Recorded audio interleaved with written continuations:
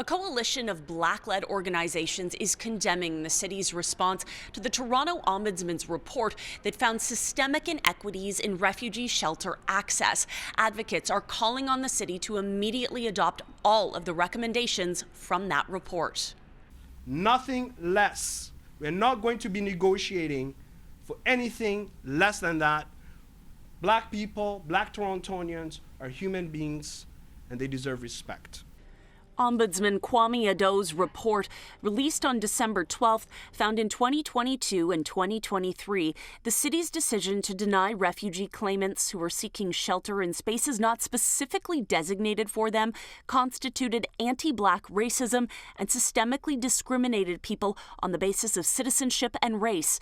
The accountability officer made 14 recommendations, including ensure shelter access is equitable and aligned with the Toronto Housing Charter, ensure decisions are made transparently, and that impacted community members are involved in policy development. But last week, City Manager Paul Johnson said he would not implement any of them, adding he disagrees with the findings. But this leads people to believe that this is something that, is just the way we do business, and it's not.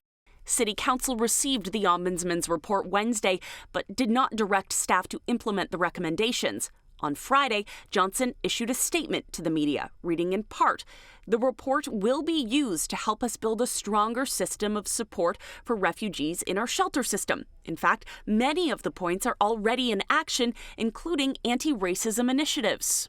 People have died, and you're going to tell us that, okay, we're just going to look at it? In the past 13 months, 2 African refugees died waiting for shelter in Mississauga. The Ombudsman found the City of Toronto began limiting refugee claimants from its at-capacity shelters in November of 2022, referring them to backlogged federal programs, leaving many sleeping on the streets.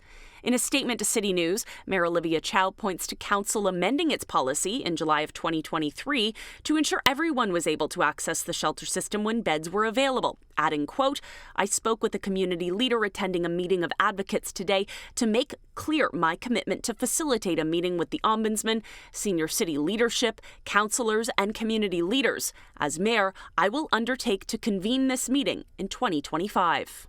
The coalition says it's submitting a letter to the mayor's office today reiterating the demands.